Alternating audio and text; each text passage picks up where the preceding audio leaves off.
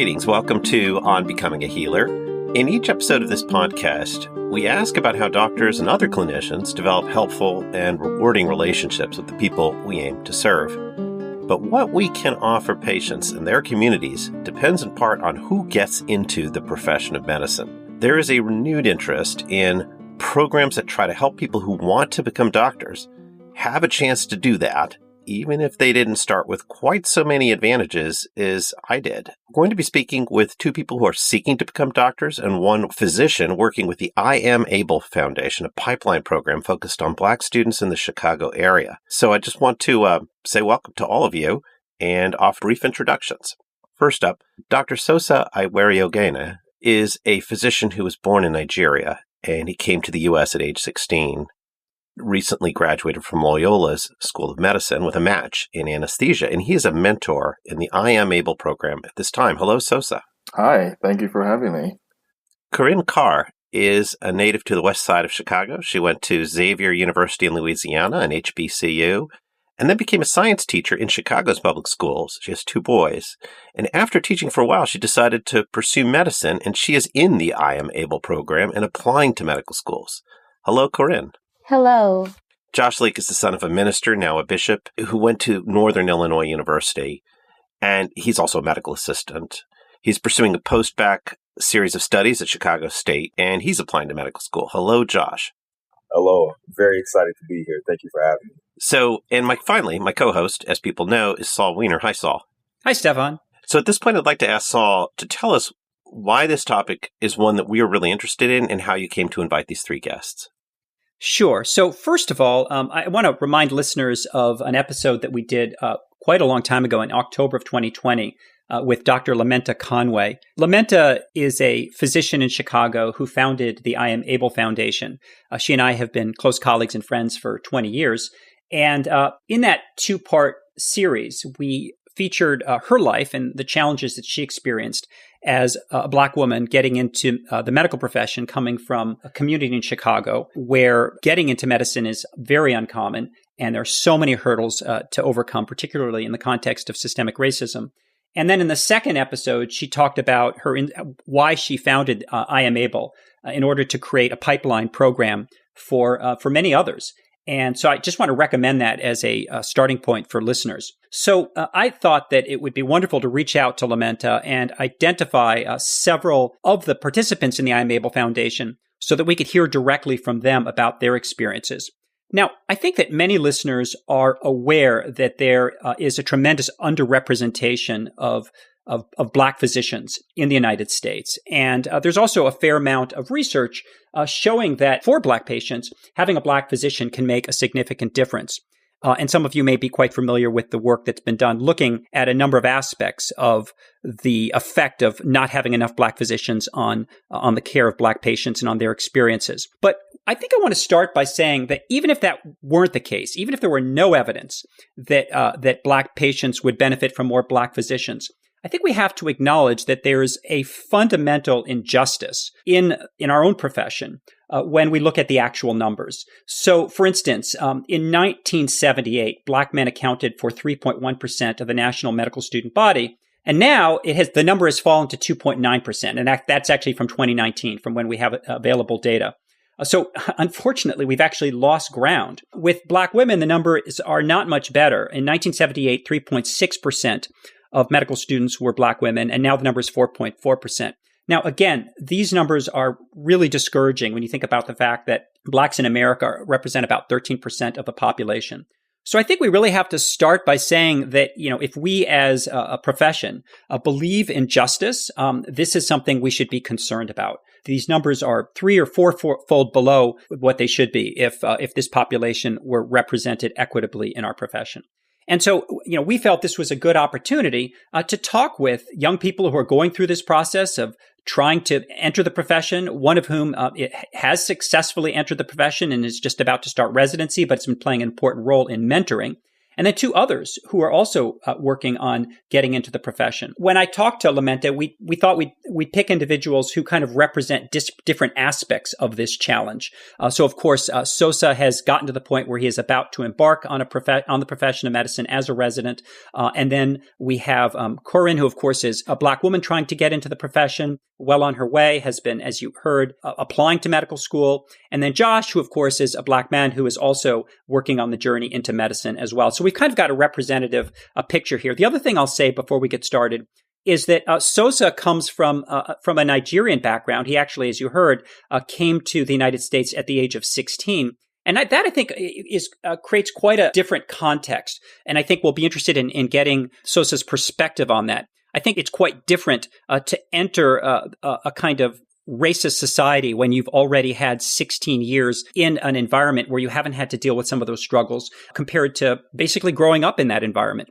And it'll be really interesting to compare and contrast the perspective of Sosa compared to Josh and Korinne.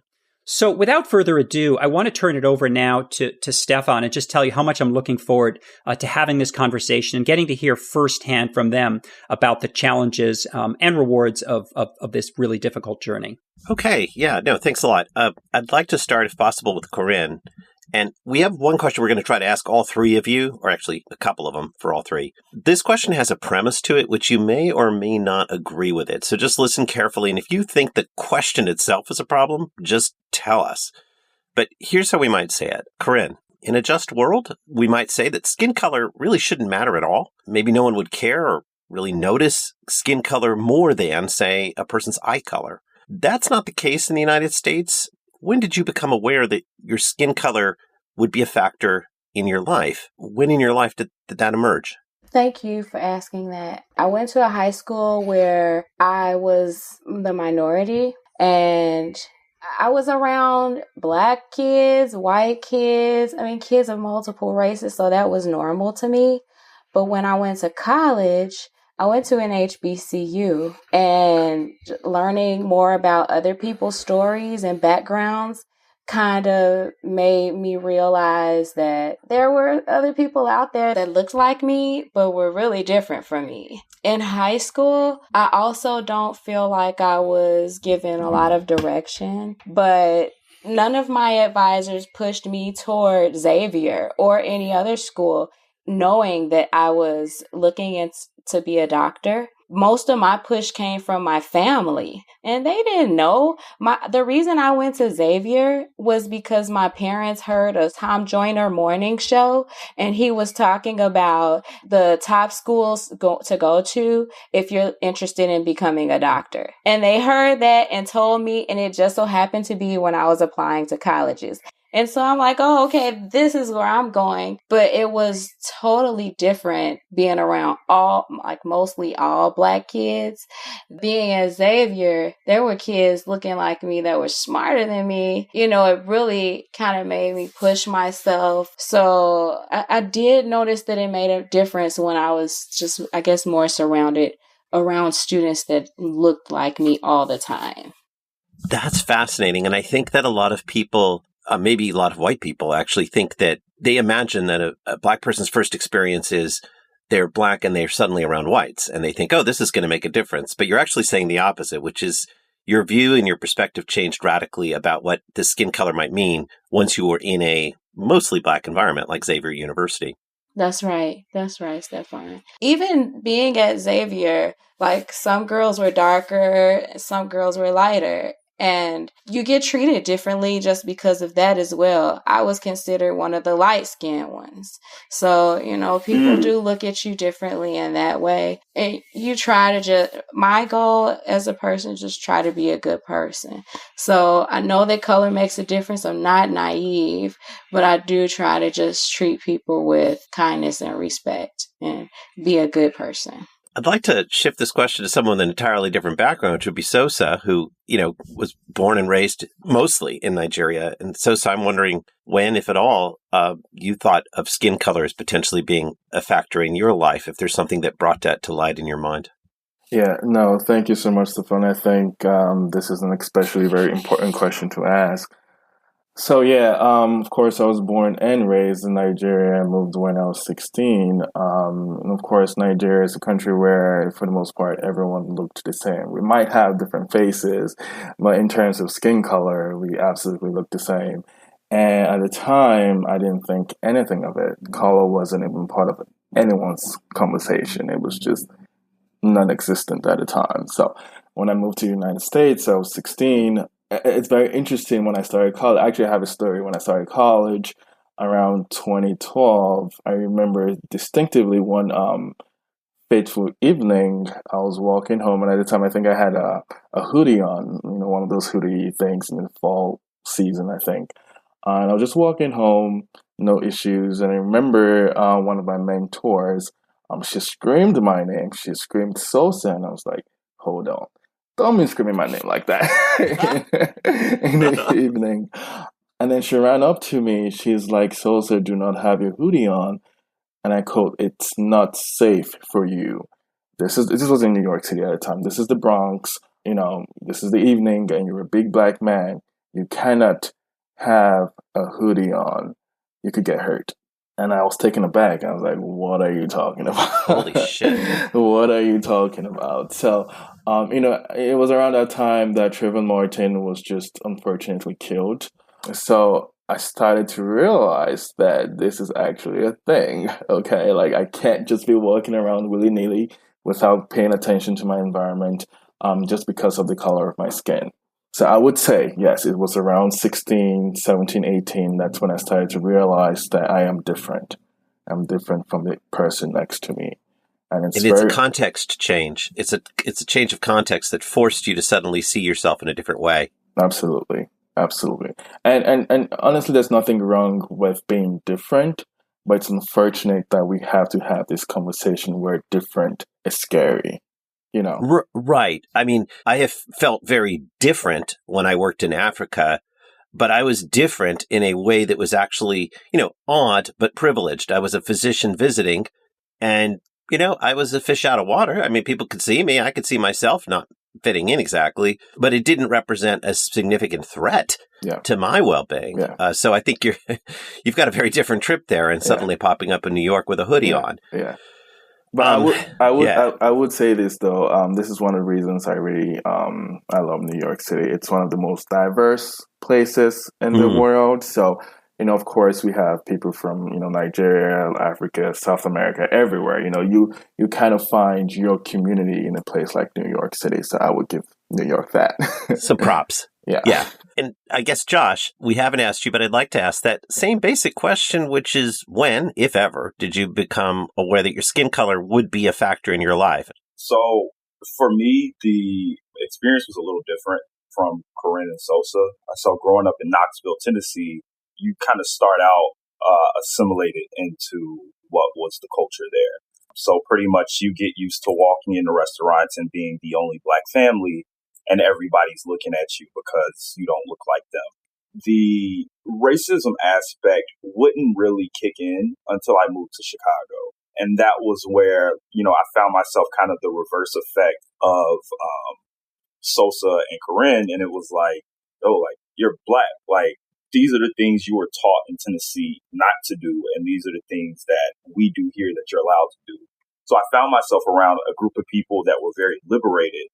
And I was literally in shackles this whole time, which was a process that I had to unlearn.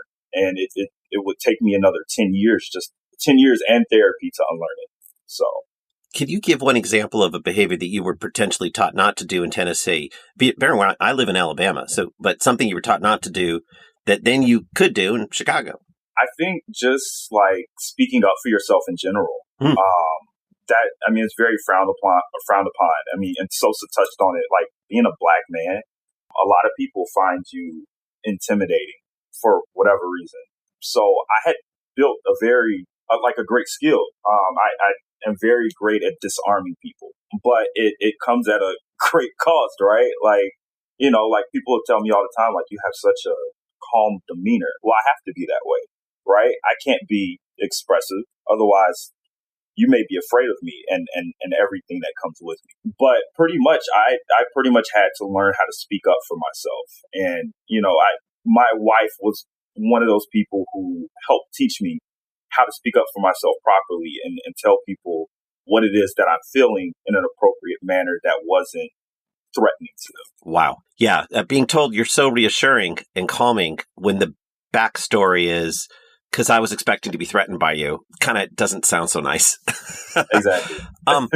We're going to turn to the next question, which I'd love to again direct to Korinne, which is when did you start thinking about becoming a doctor? I think I heard you say Xavier University was partly a target because you were thinking about becoming a doctor.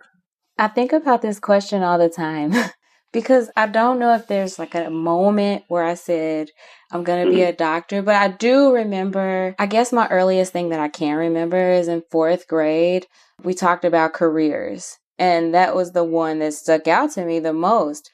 But I didn't know that it would be an option until my parents changed our doctor. And we went from having a white male doctor as our family doctor, and I started going to a Black woman pediatrician. And I think my parents really wanted to take us to Black professionals for things that we needed to do when we were younger, just so that we can see possibilities, that there are people out there, and to support the community.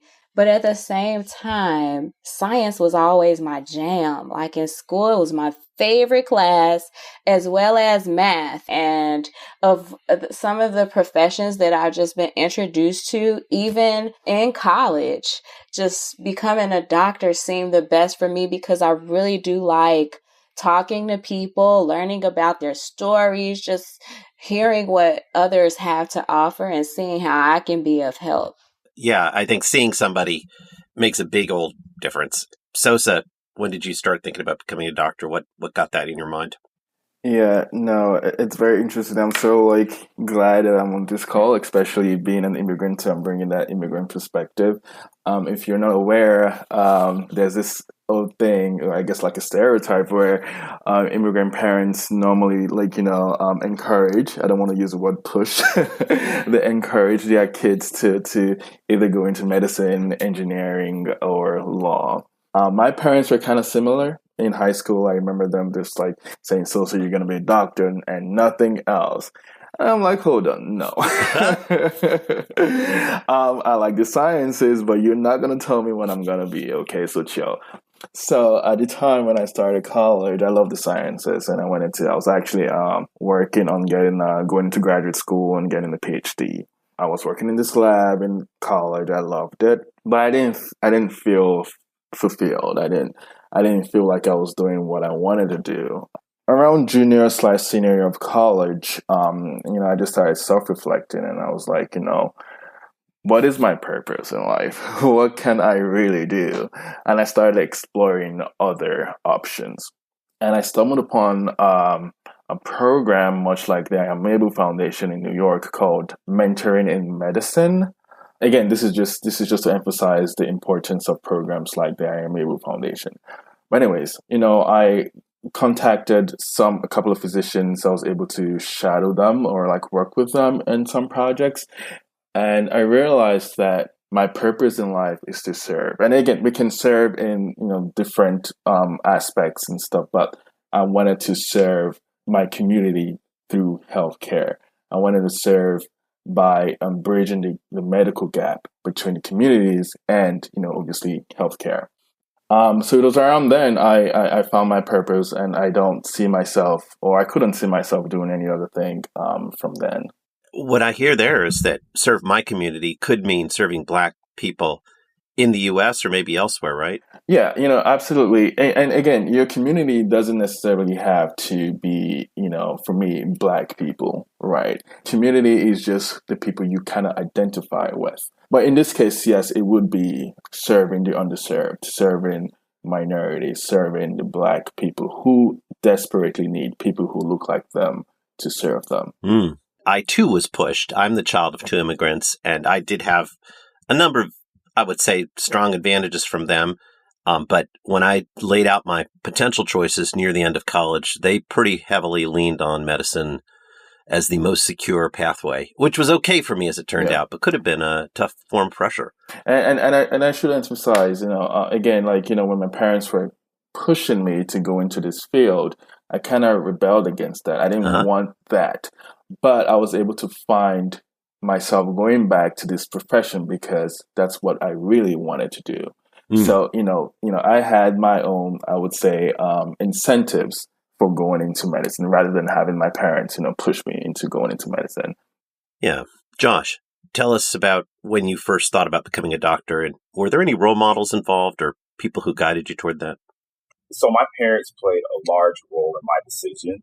I didn't per se have an exact role model of, this is what a doctor should look like. But I suppose a lot of the pastoral work that my father did in the church was very similar to I found a lot of similarities between what he was doing and what doctors had to do. He was getting up 3:00 in the morning to go see some of the members that were on their deathbeds, going to read them something to make sure that their soul was in check before they saw God. So I was seeing things like this. I was seeing the way that he was managing people and having to manage himself and a lot of the emotions that came with it. And I suppose that played a large influence on my decision. But like Sosa, I fought this for a long time. My parents always told me, you're going to be a doctor, right? I was like, no, there's no way. And my thing was, I was like, no, I'm going to the NBA. I just knew I was going to the NBA. Typical, right? And if it wasn't that, it was an FBI agent. If it wasn't that, it was a fighter pilot. But I'm not going to become a doctor. That's not for me. I had 2 falls in middle school, and I ended up with a knee issue that was not going away. It literally took my athletic ability away. I wasn't able to jump. I wasn't able to run. I couldn't make cuts. And there was something wrong. And so I was telling everybody around me, there's something wrong. There's something wrong. Well, in the Black community, typically it's, throw some dirt on it, you'll be okay.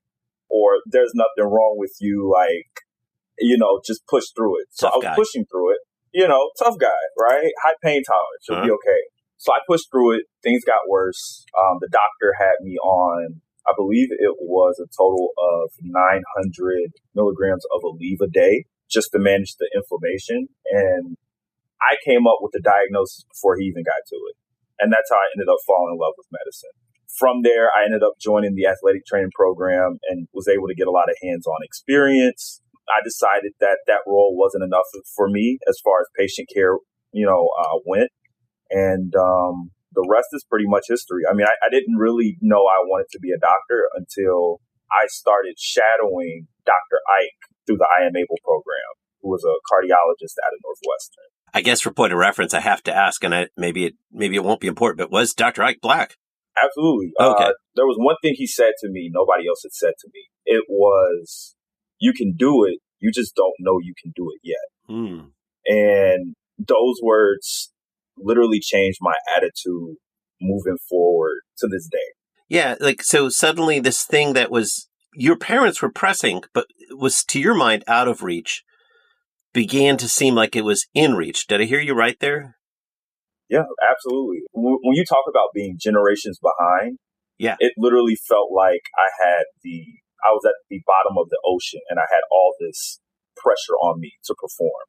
A lot of it coming from your parents, right? Yeah, a lot of it coming from the parents. I mean, especially coming out of a PK, a pastoral household, there's a lot of expectations there. Yeah. Not only, education-wise, but from a social perspective as well. And do you think they didn't quite realize that you were in some ways behind? No, I don't think so. I mean, even just the transition from Tennessee to Illinois, I mean, the education system in Tennessee is behind. And then you come to Illinois with all these great education systems, and I end up in the Homewood Flossmoor district, which is phenomenal school system. I was behind, and I couldn't understand why I was struggling in these classes, and my parents couldn't either. We weren't aware that there was an education gap between Tennessee and Illinois. Wow. The next question I wanted to ask, and maybe this is tricky, but it could apply to each of you, but I want to ask you, Josh, since we're on this, was there any point where you thought you needed help to hit key academic milestones to get into medical school? When was that, if it applies at all? I was very stubborn in college. So there was that feeling of, yes, I need help. But there was also a pride aspect that I hadn't worked through. High school, I really needed it then. I just didn't know I needed it. I was under the impression that I should be able to keep up with everyone else. But I didn't understand that there were certain tools that I needed in my tool bag in order to succeed that other kids had already. So it became evident pretty early. And I ended up not getting help until 3 years ago when I reached out to the I Am Able program. Yeah. So it sounds like there's a missed opportunity.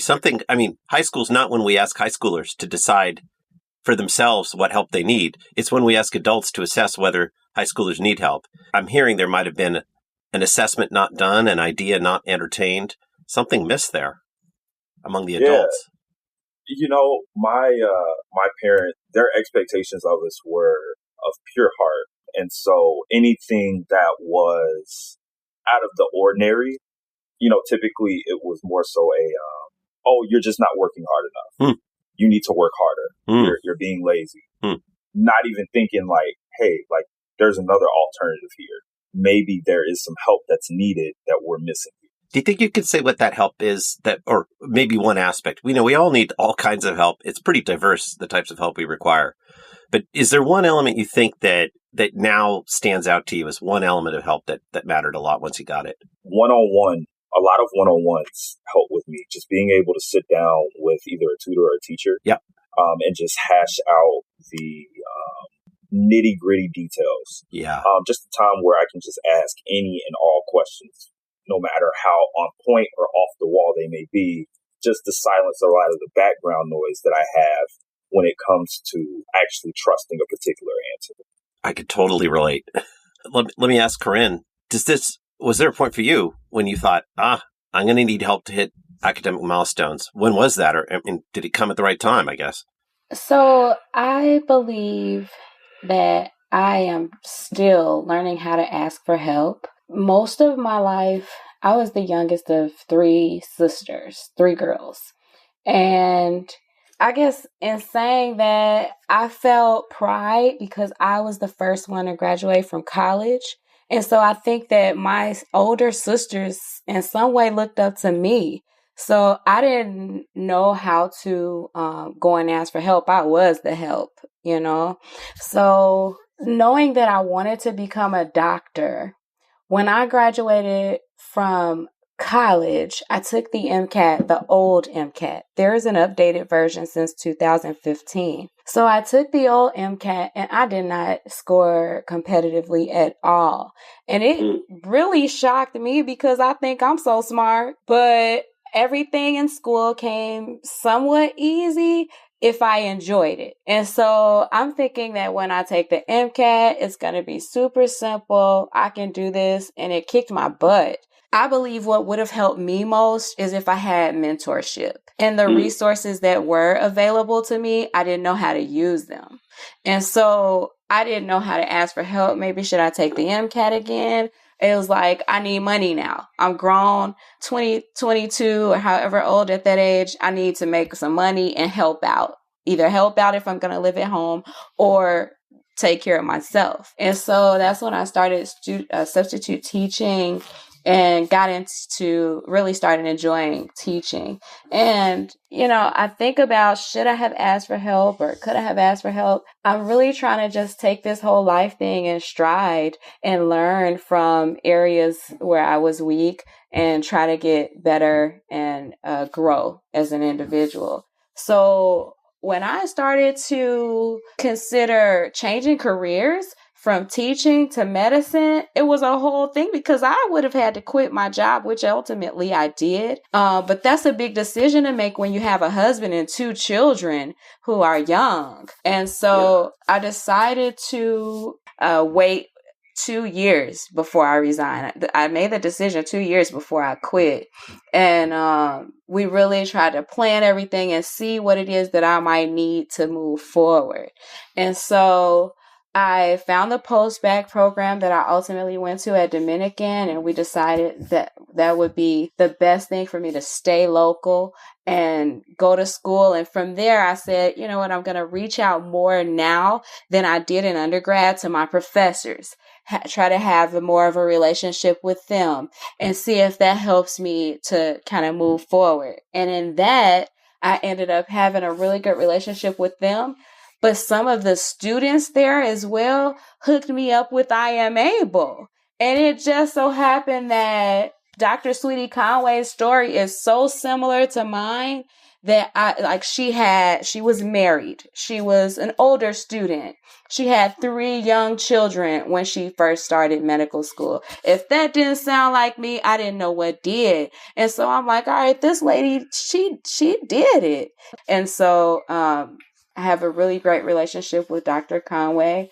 And I also have additional mentors just from being a part of this program. And that's the help that I need. Seeing someone who's in it and doing it, and then building a relationship with them so that you can learn from their mistakes and do a good job and keep my focus on that and giving back to the community. And I would just emphasize, at least speaking for my own life, that there's every phase of my life has involved key adults, often older than me, now sometimes younger than me, who are guiding me through difficult things or through decisions that I can't make or through the problems that result from who I am that I can get around if they give me an advice on the way through it. Sosa, you come from a different situation here. Do you want to tell us, did you feel you hit any kind of key academic milestone challenges for med school? Well, absolutely. I will start. I think I actually started from day one when when I started college. I remember the very first examination that I had in college. I think it was a calculus exam, and I remember scoring 59 out of 100. Now, in Nigeria, that is a passing score.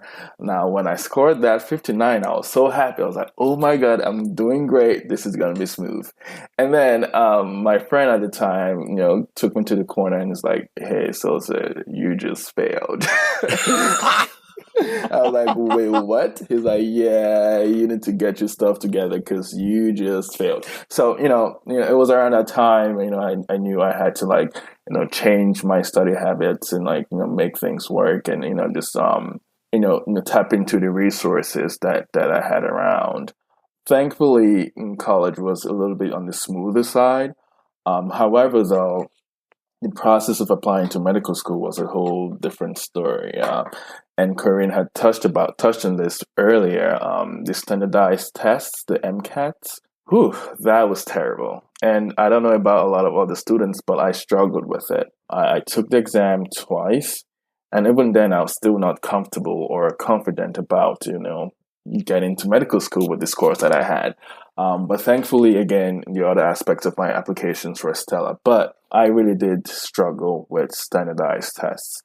Thankfully, of course, with mentors, people who just support you and kind of understand where you're coming from, understand your background, and then can tap into, your weaknesses and try to bring you up. Just like Joshua said earlier, we can achieve anything that we put our mind to achieve, but sometimes we just don't know it yet.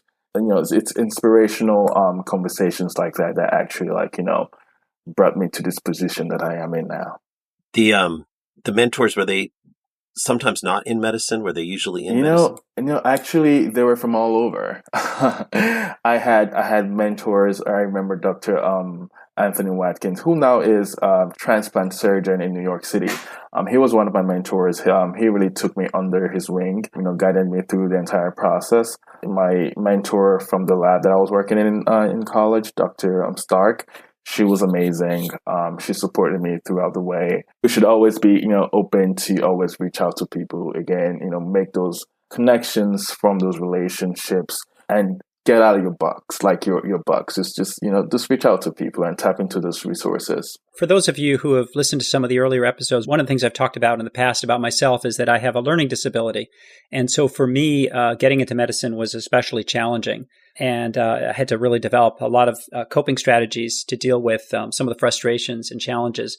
And I want to kind of ask you all about how you cope emotionally with the challenges, the failures, the setbacks on your journey into medicine. Sort of, how do you keep up your self-esteem? Are you someone who looks inwards? Do you look outwards? And what's been most helpful to you? Thank you for asking me this. This is something that I'm continually working on. So one thing that I do now, I do go to church.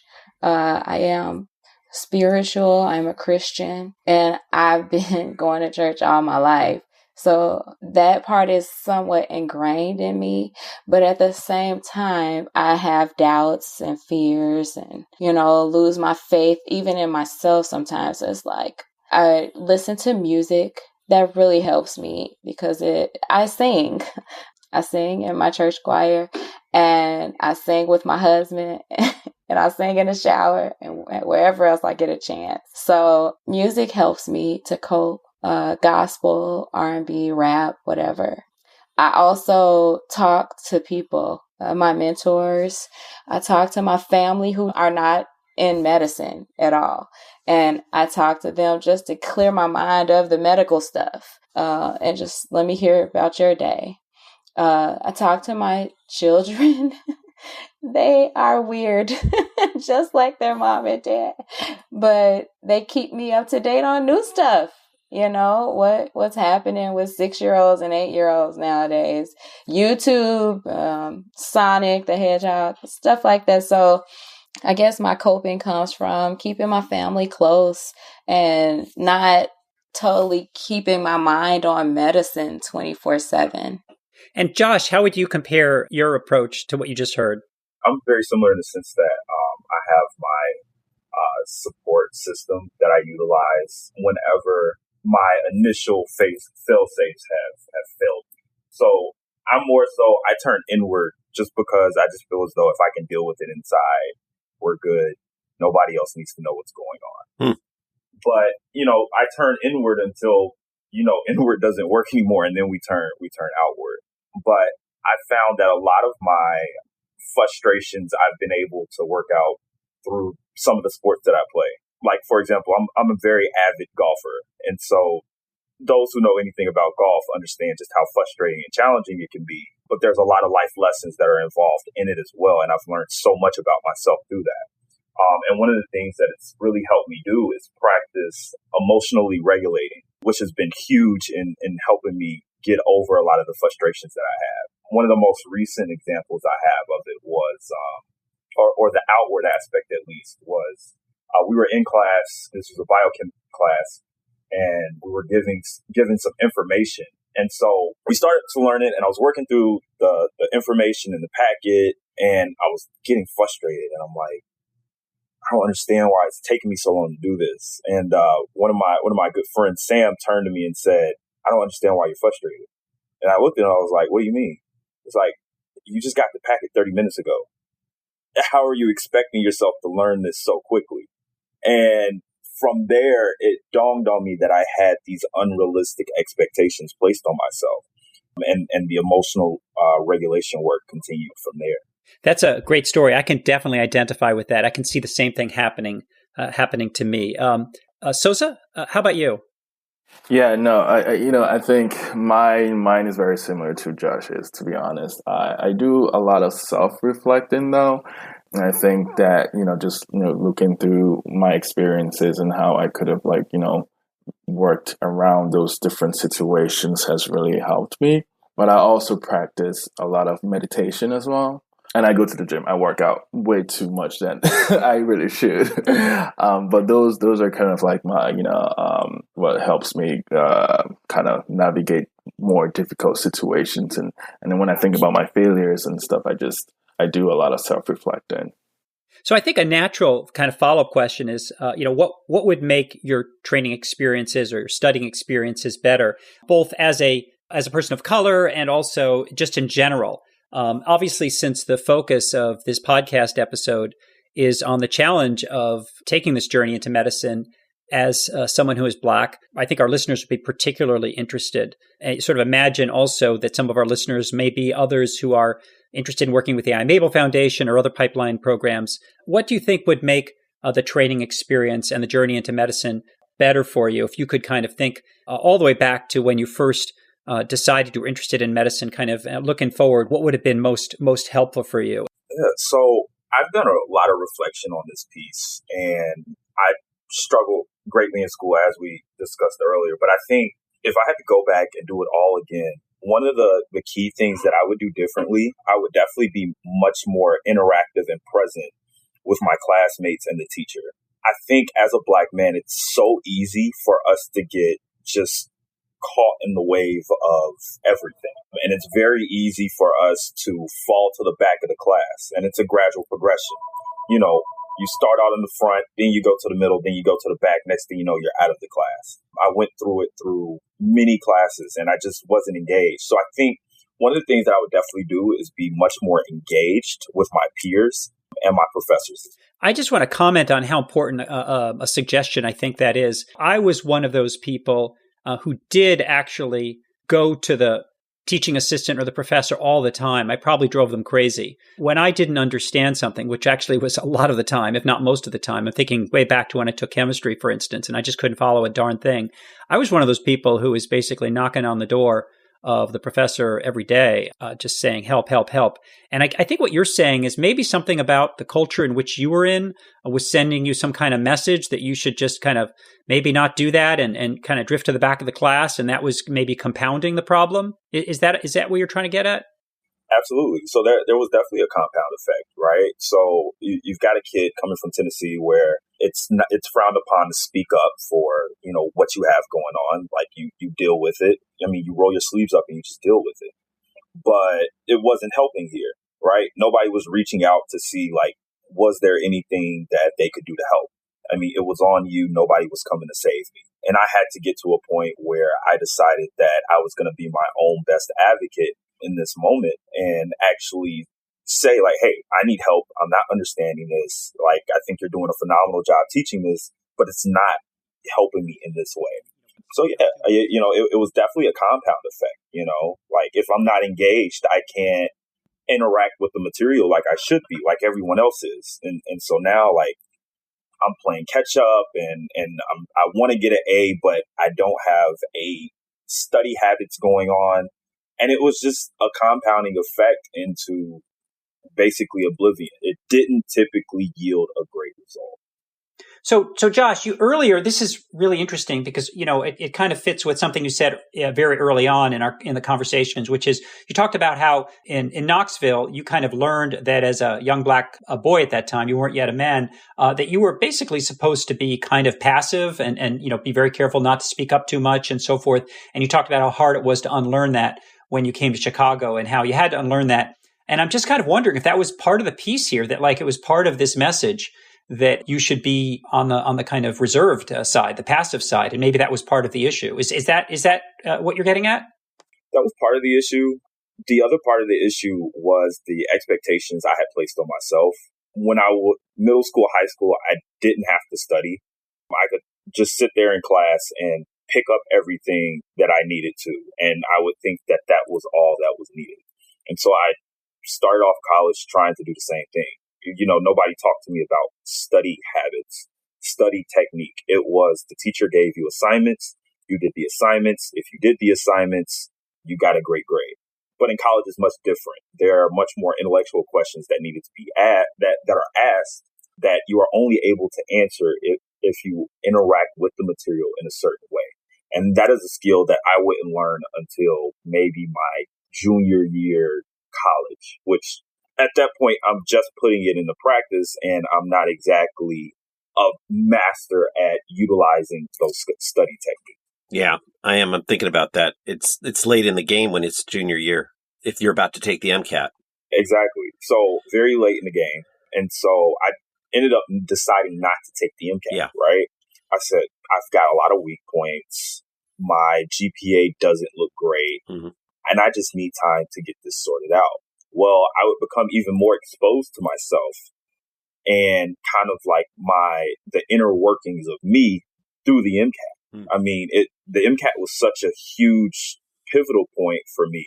And shortly after I would take it, I would find I am able, which was literally perfect timing, because had I continued to try to do this on my own, I don't think I would be sitting here speaking to you right now. Right. I don't even know if I would be continuing to pursue medicine, just because I wasn't sure if I could do it. This test was literally defining who I was within medicine before I was even in it. Yeah, that's true. Yeah, it says something about whether you're ready for medicine, whether you're okay for medicine, whether you're going to get into medicine. It has both an instrumental role and it's also a symbolic role. It's doing both at once at that moment. And I think that gives it extraordinary psychological weight, regardless of whether you think that's a useful way to figure out who should become a doctor. It's going to have extraordinary weight.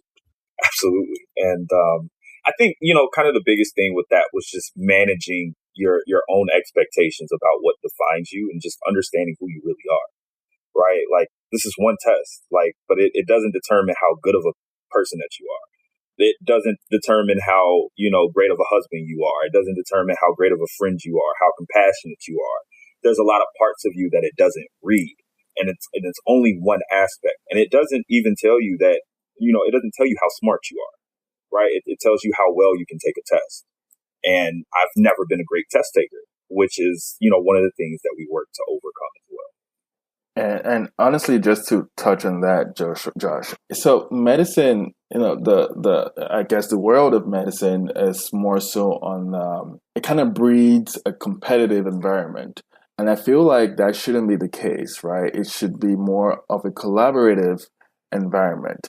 So you bring up the MCATs. It's similar with the STEP exams. Like in medical school, you take board exams, step 1, step 2, step 3. And now they're moving into turning the step 1 into like a pass-fail kind of situation, where students don't feel like they need to get a certain score to be very competitive, to apply to more competitive specialties. You just need to pass the exam and then move on. Because like you said, this standardized test doesn't really tell, if you're going to be a great physician, how you're going to interact with your patients. It doesn't tell you none of that. Right? It only breeds anxiety, and that's not great for student learners. So taking all of this into account, we started out this conversation by talking about the extraordinary underrepresentation of Black physicians in the United States, both men and women. And you all have kind of been on this journey. Some people refer to it as a pipeline, that pipeline through the educational process into medicine. And we often talk about it as being, quote, a leaky pipeline. There are many points along the way where people can drop off. It can happen. The dream of becoming a physician can disappear at so many points along that journey. It can disappear for psychological reasons, just because the stress is so great.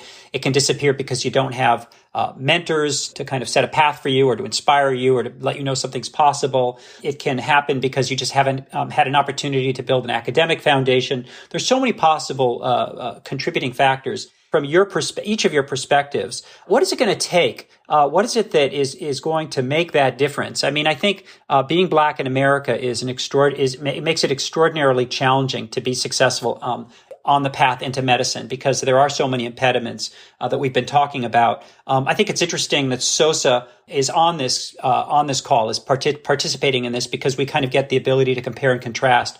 Sosa has come into this profession from basically a different journey. I mean, coming here at the age of 16 is quite different.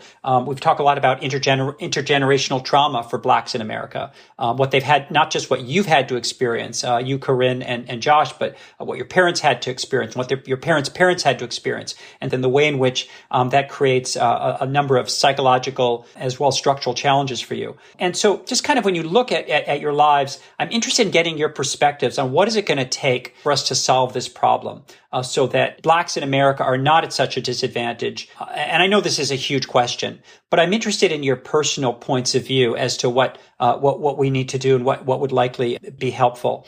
So, first and foremost, I want to say, I think Black women and African women are killing the game right now. I think those numbers continue to go up for them. They're super motivated. They're taking advantage of the opportunities that they have. And you look at key players like Dr. Conway, and they're literally inspiring an entire generation, which is huge. I think when you look at the numbers, I think, and, Sosa, correct me if I'm wrong, I think there's an even greater presence of African men in medicine than there is Black men. So I think that number shrinks even more when you look at it. From my perspective, medicine is very intimidating for a Black male. We're already playing catch up, and there's so much sacrifice that has to be had. When you're growing up, you have all these dreams of grandiose, and to pretty much go through a process that can potentially rip you to shreds and telling you, like, you don't hit these metrics, then you don't matter, right? That's the message that, is typically gotten from that. I think for me personally, one of the biggest things that could have happened was having more mentorship. Just having someone to pull you along and say, hey, you're coming with me. And just having the emotional and internal wherewithal to sustain everything that's being thrown at you. I mean, I've literally sat here and watched 3 guys that were going through the process with me and say, hey, I'm not doing this anymore. This is not for me. I'm going to go and take my talent somewhere that actually truly wants me to be around. So I think we just need more people like Dr. Ike to be around and say, hey, you belong here. You can do this. I'm part of your support system. And I think that's going to be the answer, is just having that support system, especially with programs like I Am Able. Josh, that's just beautifully put. And all I can say listening to it is I hope you become one of those people for the next generation. I really, really do, just based on, on your insight. I also just want to emphasize something you said earlier, which is, to get in, you have to jump through these crazy hoops. These multiple choice tests that you have to pass and do well on. I couldn't agree more. They, in my opinion, they have nothing to do with being a doctor, but you have to get through them, and it's really in some ways degrading, right? To have to do something that's that infuriating when it has so little to do with where you're trying to go. But that's just the way the system works. Man, I hope you stick with it and turn into that inspiration for the next generation. And I have a hunch you're going to do it. I do believe that the MCAT and this medical school application process does have a certain character building aspect with it that is helpful in a sense, and in others it's horrible, right? But honestly, part of me is grateful for the exposure, and hopefully I can be of great use to people in my situation similarly, and those that are not so much in the situation. So thank you for that, because I definitely do want to make an impact in the long run that can possibly bring change. Yeah, and you just said something else that I want to emphasize, because I think you're right, which is that to some degree what taking these tests does, and you talked about it as being character building, is it does kind of show that you can and you're willing to and you can do something just because it's been put in front of you. It's kind of like basic training as you go into the military. It's just like, you show that you can do it because you've been asked to do it and you have to do it. And there is some value in that. I agree. I think that's maybe a little bit about what you're getting at.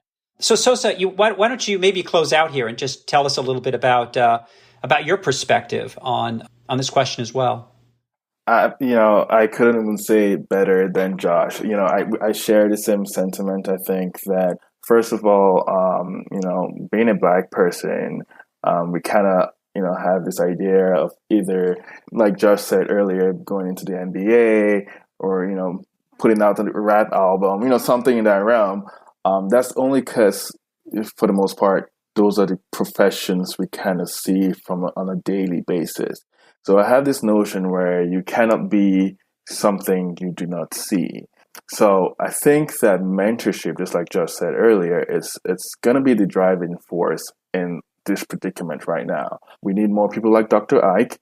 We need more people like Dr. Conway, who are in the forefront, who are in the TV, on the radio shows, being out there and just trying to motivate the next generation of physicians, and just telling students and telling Black people that they can do it. And again, there's nothing wrong with going to the NBA, and there's nothing wrong with being a musician and stuff, but we can be so much more academically. And I think that just having people like those are gonna be, or is gonna be, the answer. And for me especially, I don't think that I would be here without the support and mentorship I got from mentoring in medicine in New York City. That's why I am a part of the I Am Able Foundation. I'm trying to give back. I'm trying to, pay it forward in any way I can. The words, "you're going with me" or "you're coming with me," are irreplaceable. Somebody has to say personally, not in generic terms, "you're with me, you're good enough to do this, I'm behind you." If it's not said personally, it doesn't count. And so sometimes these discussions get very abstract. Even the word mentorship sounds very abstract to me. But "you're coming with me" or "you're going forward, I'm behind you," these are very concrete. They either happen or they don't. We have to make sure that happens. So just to continue off of what Stefan said, in that regard, like, I'm just very thankful for my support system being my parents, my wife, my friends, Dr. Ike, Dr. Conway, and Dr. Victoria Brander. These are all people that have just really been champions for me and had to look me in my eye and said, "Hey, you're coming with me. You're going with me. I'm behind you 1,000%. Well, those are really on-target comments from each of you on this incredibly important journey. I'm so grateful, and I think I speak for both of us. Thank you. Thank you so much. We hope you've enjoyed this latest episode of On Becoming a Healer. If you have, and you haven't already subscribed, please consider doing so now. Take care, everyone.